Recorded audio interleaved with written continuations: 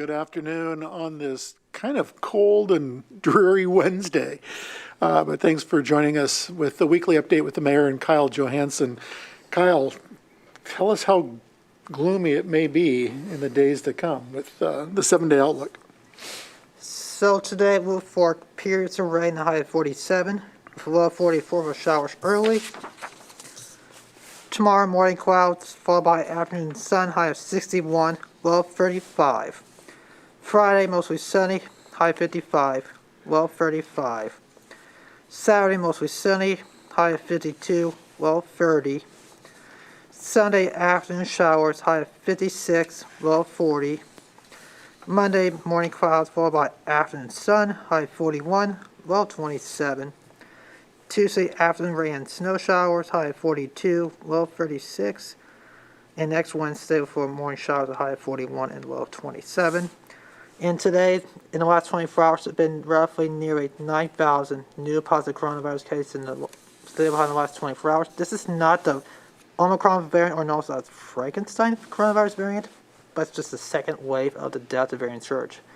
But the good news is that the United States is seeing the vaccinations increasing rapidly, not only for 16 and 11-year-olds, but now 5 to 11-year-olds can get the vaccine. Now 16 and 17-year-olds can get the Pfizer booster shot because people are worried about the Frankenstein or Omicron coronavirus variant from Africa. In Ohio University men's basketball in Baton Rouge tonight at 8 p.m. The women's team won against Florida A&M Rattlers, which is down by Tallahassee area, Florida area, and they won by 53 points, 98-45. And we got a doubleheader basketball on Saturday, women's at 1, men's at 3:30. And we got wrestling at home on Sunday, 1 p.m. And after that, we got women's basketball back home on New Year's Day, January 1, 2022. And then we got graduation next week, and so it'll be packed, and please wear your mask. And as long as the vaccines work, we'll probably get out of this pandemic thing in the next 7 to 8 weeks, most likely. How awesome would that be? So let's go back a second. The Frankenstein variant, I have not heard that one before. Well, it's what people call it now. It's easy to say it that way. Right, and it sounds Frankensteinish in terms of the Omicron variant, which, as I understand it, hasn't been yet detected in the United States. Nope. But Dr. Fauci was just saying earlier today that that's not to say that it isn't here in certain locations. It's just not the load hasn't gotten to the point where they have detected an increase in that variant. As you can see, there are the numbers for the county anyway, as of November 30th, and clearly this is December 1st. Total deaths again is 96 individuals have lost their lives to the coronavirus, but 50.62% are vaccinated, have started, and 46.55% have completed. There will be a shot clinic again. This is the booster clinic, and it will be from 9 to 10:45 this Friday, December 3rd, down at the usual location, Heritage Hall. Big thank you again to Ohio University's Heritage College of Osteopathic Medicine for allowing for the Athens City County Health Department to use that facility to administer these shots. I also know that later on that day, they will continue the shot clinic, not for boosters, but for people continuing to get their series. I know that because my twin daughters will be getting their second vaccination on at 4 o'clock that afternoon, on Friday afternoon. So that's out there too. We're seeing more and more people getting the complete series, being completely vaxxed, at least the first and second dose, or first dose if it's the Johnson & Johnson. But we got to keep doing what we need to do. As my wife has said to me before, it didn't have to be like this if people would just roll up their sleeve and get the vaccine. So there you have it with vaccinations. Some things to kind of walk through. This just came in, and that is that the Athens County Auditor, Jill Thompson, is announcing the sales of the 2022 dog licenses. So you need to license your dog in Athens County. Licenses will go on sale starting today, December 1st, and will be valid through January 31st of 2023. So license your dog. It's required by state law, and ensure that your pet will return safely and quickly if it becomes lost. So get your dog licensed. You can get more details over at the county courthouse, or you can call them at 592-3223. Again, 592-3223. And they are open from 8 a.m. to 4 p.m. Or you can contact the dog shelter. They can be reached at 593-5415. Again, that's the Athens County Dog Shelter. Leaves are still a-fallen. So the leafer is still roaming our streets. They will be out this week. They're hitting Area 2, as you can see, for their last round, and that'll wrap up this Friday. And then going into the week of the 6th, which is a week, or it's Monday of next week, from the 6th through the 10th. And they'll be collecting leaves. So again, great service. Rake your leaves out to the curb during the time of the time in which they are running through your neighborhoods. Again, we just have today, this week with Area 2, and then next week with Area 3. So take advantage. You know, I always like reminding people about this, and that being the Athens, Ohio City Source app.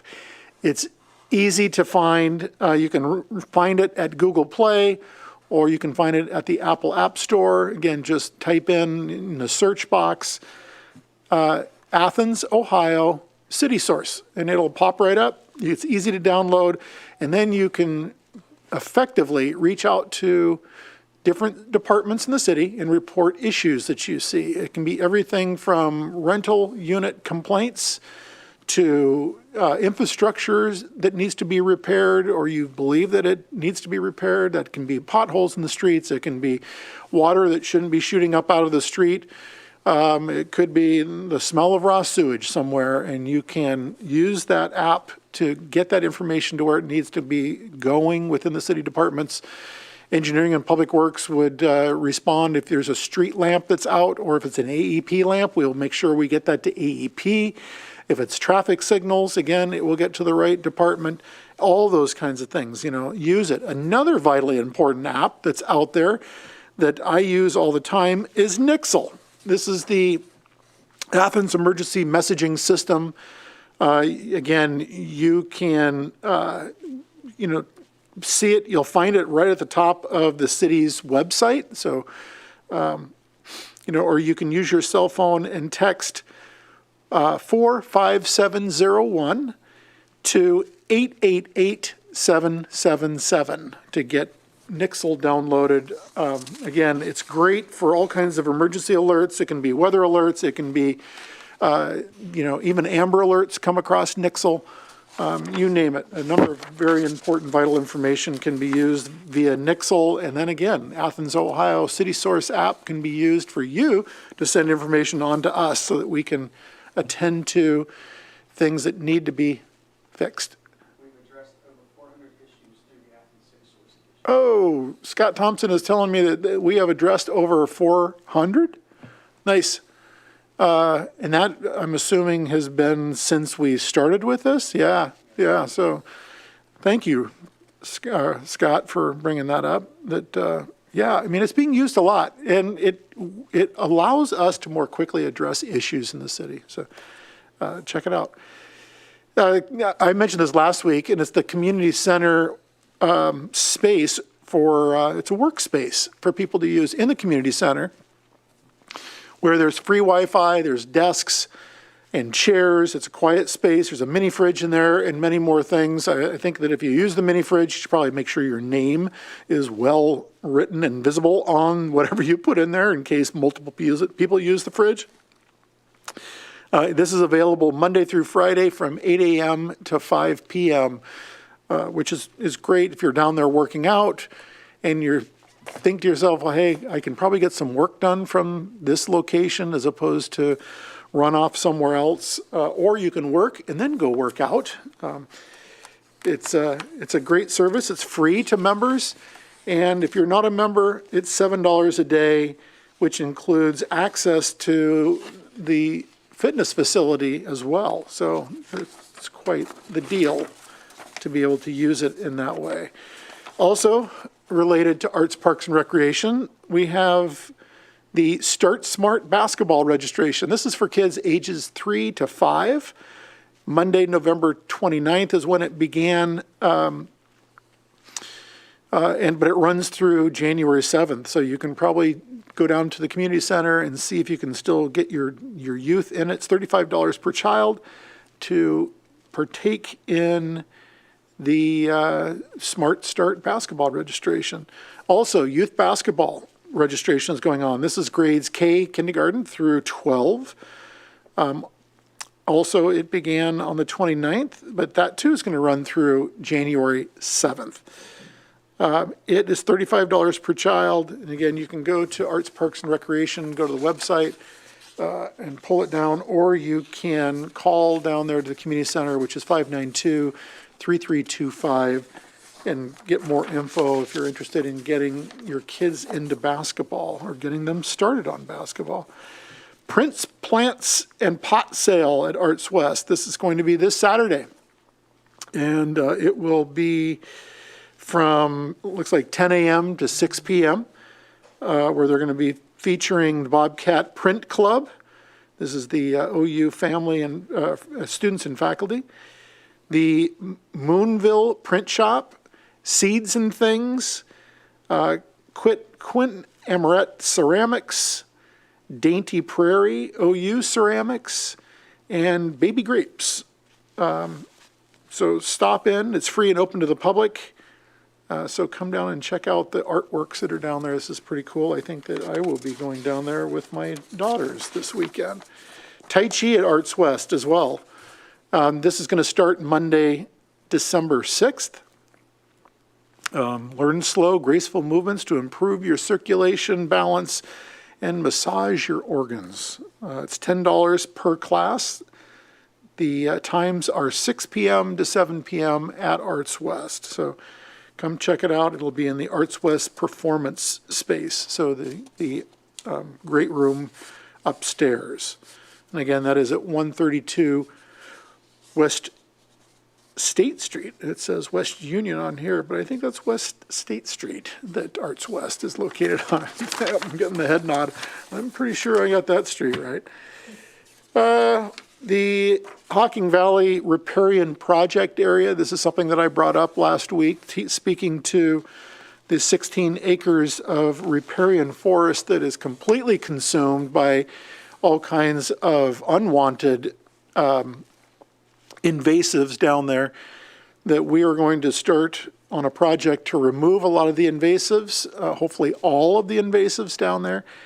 And we will put up signage along the bike path that will speak to what invasives look like and why they are unwanted, because they typically will crowd out new growth of smaller trees and can actually damage larger trees. So we will be doing a project, like I said, to remove the invasives, but there will also be educational elements associated with that so people understand why we're removing them and what to look for, so that you can keep an eye out on them, possibly in your own yards and homes. I certainly have become the invasive remover around my own property and kind of doing my thing down at Camp Rotan from time to time, removing invasives at Camp Rotan.